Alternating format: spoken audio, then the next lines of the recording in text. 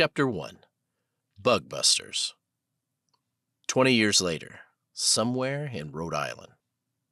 Poking his head through a grate with a gas mask on his face, 35-year-old pest control worker Jeremy Boon watched with ardent interest as a cockroach stumbled through a ventilation duct. The determined roach was making his way towards a crack in the cement foundation of this 20-year-old office building.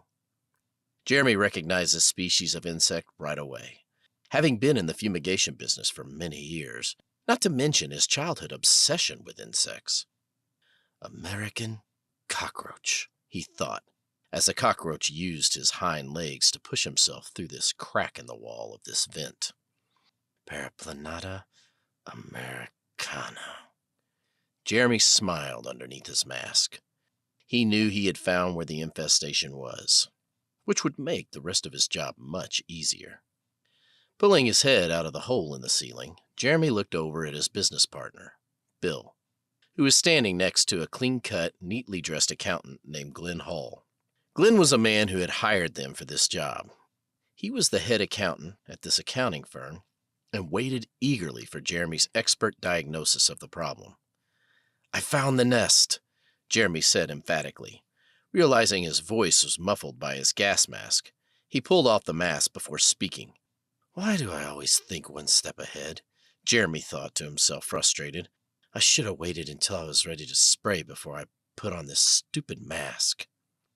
"Well, that's good," Glenn said, seemingly relieved. "The floor have been evacuated, so you guys can spray if you want." "Well, actually, I wanted to try something different first," Jeremy said. He stepped down from the chair he was standing on and looked around the room, formulating a plan in his mind. By the time he looked up and smiled knowingly at Bill, Bill knew what Jeremy was thinking.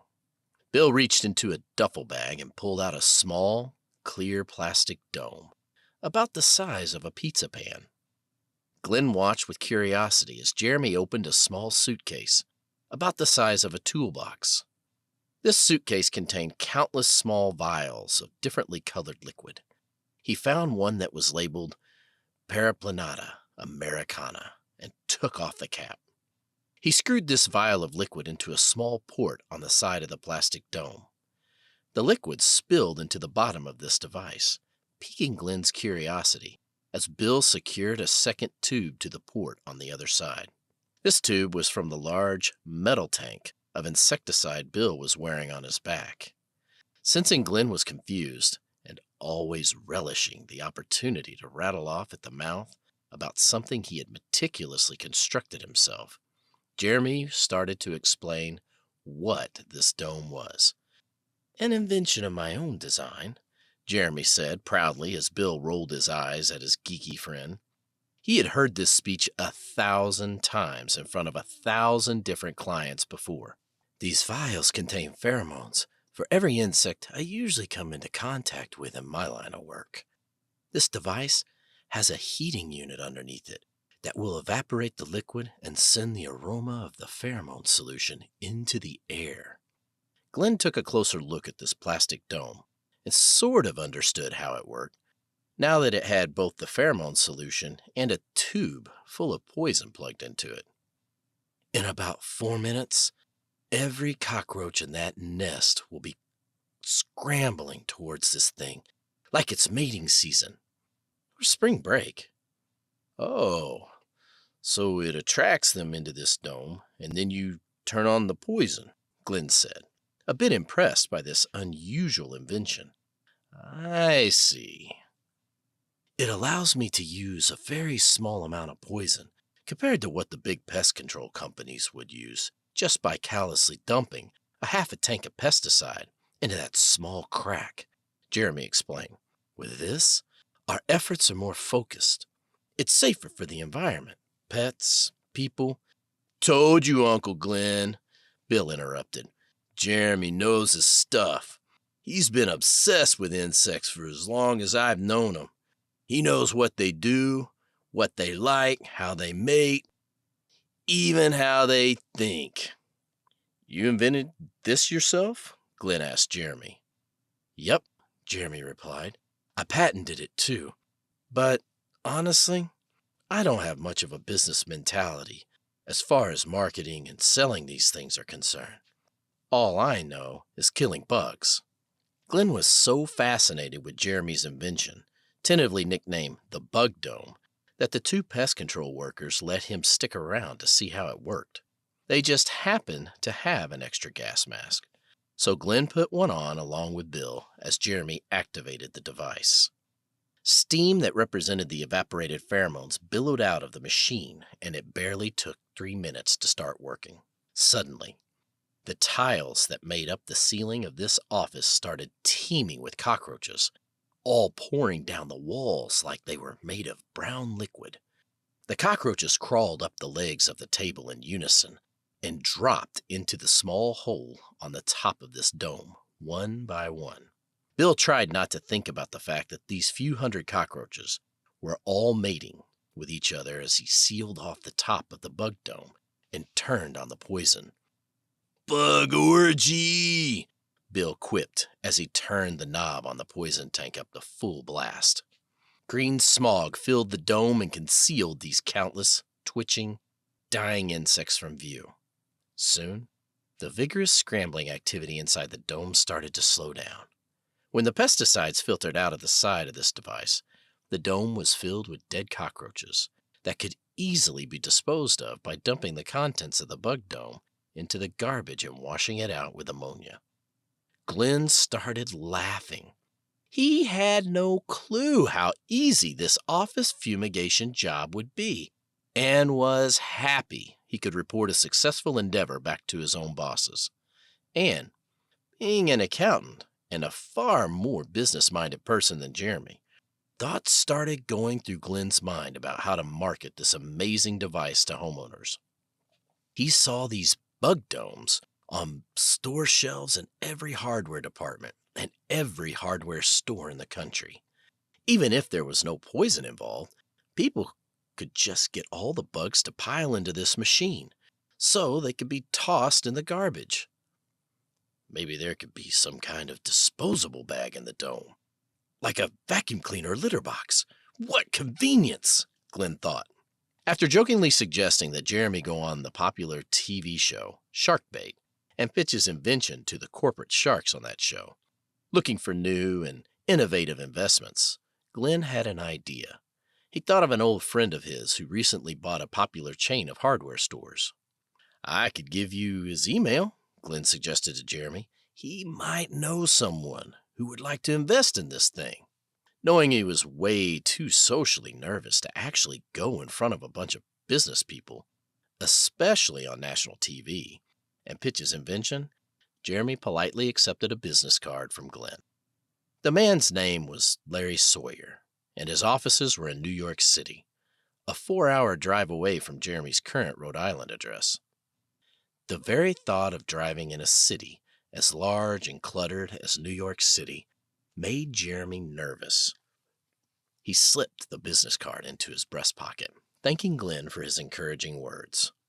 Walking out of the building with a tank of pesticides on his back and the rest of his equipment in his hands, Jeremy followed Bill toward their business van, which, thanks to Bill, was callously double parked over 2 handicap spots. The side of the van was decorated with their business logo, an international "no" symbol crossing out a frightened-looking cartoon cockroach. The back of the van had the same logo, along with the name of Jeremy's company, Bugbusters, and their phone number, 555-SPLAT. Whistling the theme from one of his favorite 1980s movies, and the inspiration for the name of their business, Ghostbusters, Bill opened the back of the van and started loading the equipment into it. "I think you should call that guy," Bill said to Jeremy, tossing the duffel bag in on top of the poison tanks. "About the bug dome?" "Yeah, it's a great invention. It'll be great to get rich off of something you're passionate about, dude. You could retire by age 40. Buy a house in Bel Air," Bill said with a certain enthusiasm only Bill Hall could pull off. "What better way to put the big pest control companies out of business than by giving the common man the same power they charge too much money for?" Jeremy could not help but smile at his friend's humorously rebellious attitude. "Hey, If you want to give your pitch a little more showmanship, I could always go with you. I used to do improv comedy in college, remember? Jeremy remembered. He shut the doors on the back of the van as both he and Bill got into the front. Bill was still whistling the Ghostbusters theme as Jeremy got into the van. "Who you gonna call?" he sang, turning to Jeremy and teasing his friend some more. "Hopefully that guy." Bill lived on the other side of town from his Uncle Glenn's office building, so Jeremy drove him home before heading home himself. "You sure you don't want to come by?" Bill asked Jeremy, after he had spent the entire ride home talking about a kegger he was supposed to have with some friends this evening. "Most of my female co-workers are a couple of years younger than us. My friend Josh could give you some insider information on which chick you have a better shot with. Actually, a couple of them have recently gotten dumped. One girl recently lost a lot of weight, doesn't know how to handle the extra attention she gets from men. It's pretty much going to be a science experiment where we try to boost our low self-esteem with alcohol. The women are just the control group." When Jeremy and Bill were in college together, Jeremy would have jumped at the chance to socialize and meet some attractive single women. But recently, he felt less and less like being around people, as if the part of his brain that wanted to socialize got tired quicker than the rest of his brain. Dealing with clients from his pest control business was enough to make him want to veg in front of the TV for the rest of the night. So, he respectfully declined Bill's tempting invitation and drove home. On his way home, Jeremy got hungry. He lived in a second-floor apartment right upstairs from a hot dog restaurant called Starlight Wieners. Smelling the delicious aromas of squirrel meat and raccoon meat coming from the first floor was enough to make his stomach growl. He ran upstairs for just a moment to take a pill he needed to take. He needed it so he would be able to simply walk into this small hole-in-the-wall diner and order a meal. It was a pill that curbed his anxiety. It was made necessary by a day full of social stimulation, which was more tiring to his brain than carrying a tank of pesticides was to his now aching back. Walking into his favorite wiener place, one of 5 in the small, dilapidated mill town of Woonsocket, Rhode Island, Jeremy smiled at the first person he saw when he walked in the door. It was Maria, a curvaceous 40-something Spanish woman who always lit up the restaurant with her friendly face and bright smile. Seeing her leaning over the front counter, cleaning it off, always got a rise out of Jeremy. Good thing I took my pill, Jeremy thought. Wouldn't be able to talk to her good. Realizing he had just used improper English in his own thoughts, Jeremy started to panic. Darn it! My pill hasn't kicked in yet. Man, look at that body. Don't say that out loud. Crap! Am I staring too much? Hola, Maria, said Jeremy, forcing a friendly smile as nervous thoughts raced through his head. ¿Cómo estás? Bien, Jeremy, Maria replied, pulling out a sheet of paper. Your usual? 2 hot wieners and a zap cola? Sí, mi amiga, Jeremy replied, using the rest of the Spanish he actually knew, and feeling his courage increasing with every word he spoke to the beautiful Latina. Actually, make it 3 wieners. I worked up an appetite today. Jeremy sat down at the front counter next to her as he spoke. How can you work up an appetite spraying for cockroaches is beyond me, Maria replied, writing down Jeremy's order with her sexy accent fully intact. Disgusting! Well, it's kind of like working for the mob, actually, Jeremy said. His pill had calmed him enough, so he wasn't too nervous to make the first joke that popped into his head. He started doing an exaggerated Italian accent, an impression of every gangster movie he had ever seen. I take care of the problems and get rid of the bodies, he said, making the beautiful Spanish woman in front of him crack up laughing. The Bug Father, joked a familiar voice behind him. Jeremy turned around and saw Vinny, the scruffy, messy-haired Italian man who owned Starlight Wieners. He was wiping his sweaty hands on his grease-covered apron. Hey, Vinny, said Jeremy, shaking the hand of one of his more animated regular clients. "Glad you came in today, brother. I was just about to call you," Vinny said, putting his hand on Jeremy's shoulder, making him feel a bit uncomfortable by the physical contact. "I think my kitchen needs another bug busting." Now, there were other customers in the restaurant at the moment who were already eating their food, and Vinny didn't bother to lower his booming, enthusiastic voice when he said that his kitchen needed another bug busting. The customers could see the Bugbusters logo on the back of Jeremy's jumpsuit. He was still wearing it after work, so they were a little grossed out to know of a problem the owner was having with the very kitchen this food had come from. "Oh, it's disgusting," Maria added fervently, confirming their suspicions. "I don't even like to go back there." "You'd be proud of Maria," Vinny told Jeremy. "Yesterday, she was back in my stockroom with a work boot on either hand, dispensing justice." Vinny pantomimed what Maria looked like, squishing insects with 2 boots on her hands. This made Maria laugh, and she gave Vinny a playful shove. The other customers could not believe what they were hearing and decided to leave the restaurant without finishing their meals. Halfway through Jeremy's meal, Maria walked over to his table. The hard-working business owner was shoving the last of 3 hot wieners into his mouth. Seeing Maria walk over to him when he was voraciously gobbling up his meal made him a bit self-conscious. After sitting down next to him, Maria told Jeremy that she would be going back to Colombia in about a week or so.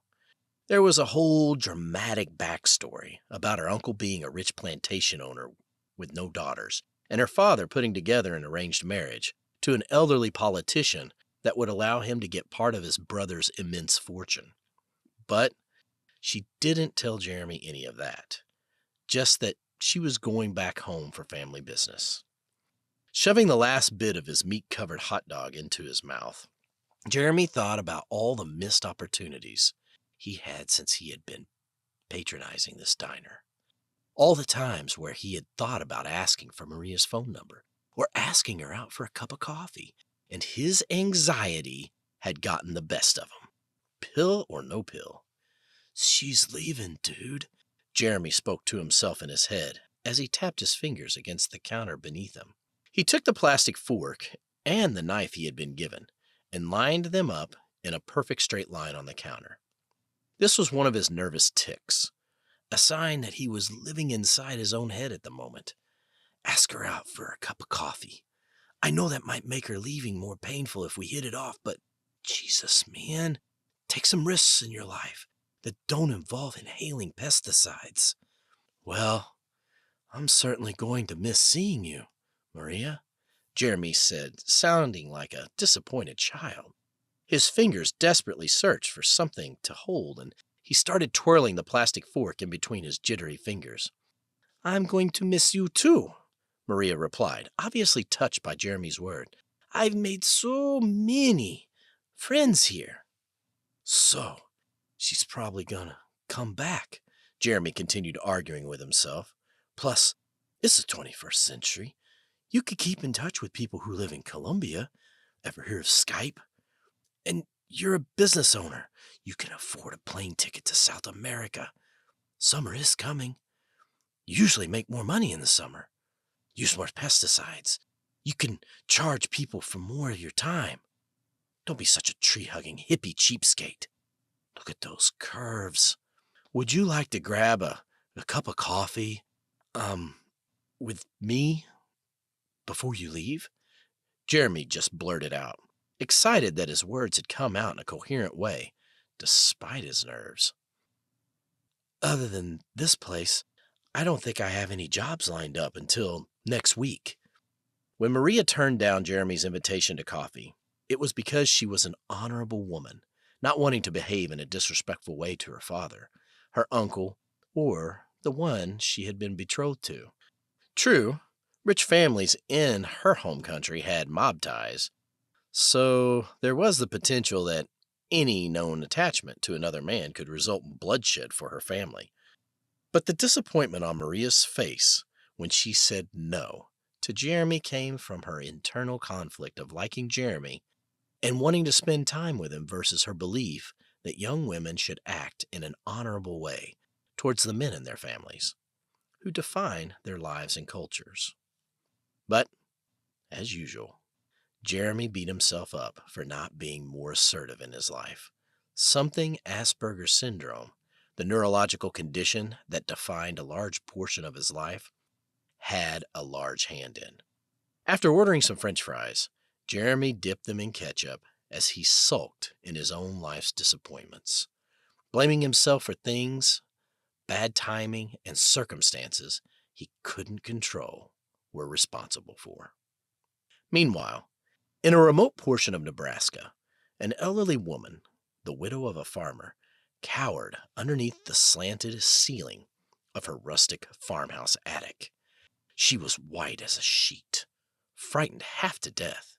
In her mind, she played over and over again the most frightening sound she ever heard. It was only 10 minutes ago, so she had yet to get over the shock of the experience. She had been sitting in her rocking chair on her porch, enjoying both the afternoon breeze of the day and some cold iced tea, when she heard an unusual noise. It was a buzzing sound that just kept getting louder and louder every few seconds. This woman was familiar with sounds of all the animals her neighbors had on their farms, as well as those who lived in the wild around here. This noise sounded like it was made by something alive, as the buzzing sound went up and down with various pitches and tones. But it soon got so loud that it pounded this woman's sensitive hearing like 1,000 atom bombs. Looking up, she saw a large, flat, dark cloud that waved overhead and concealed the bright afternoon sun from her view. Lanky, buzzing, darkly colored creatures started dropping down from this cloud, landing on their clawed feet before attacking. Not the woman, but some of her farming equipment. They would dismantle these machines within seconds. A team of man-sized, monstrous-looking insects that walked on 2 legs took apart her tractor with their spiked, claw-like upper appendages. They wielded the blades from these various farm tools as makeshift weapons as more insects took to the skies, carrying the cows off her farm, much to her horrified dismay. Each cow let out a frightened moo as they whipped fiercely through the air, soon to be ripped apart and eaten by the few 6-foot-tall beetles that were part of this multi-species group of insects. The woman let out a scream and fell backwards in her rocking chair, something she could not do if she tried to. As she slowly climbed back up, rubbing the back of her head in a confused stupor, the ominous cloud of giant insects were disappearing over the equally flat horizon of Nebraskan farmland. It was then that this elderly woman headed upstairs to her attic. She managed to find an old tape recorder her husband left behind when he passed away. Wishing she had a video camera, she managed to record the otherworldly buzzing noise, afraid that no one would believe her story without some kind of proof. All it took was one listen to that tape to bring back the horror of the experience, causing this woman to break down in tears. Between the fear of these creatures coming back, the fear no one would believe her, and the fear that she was going insane.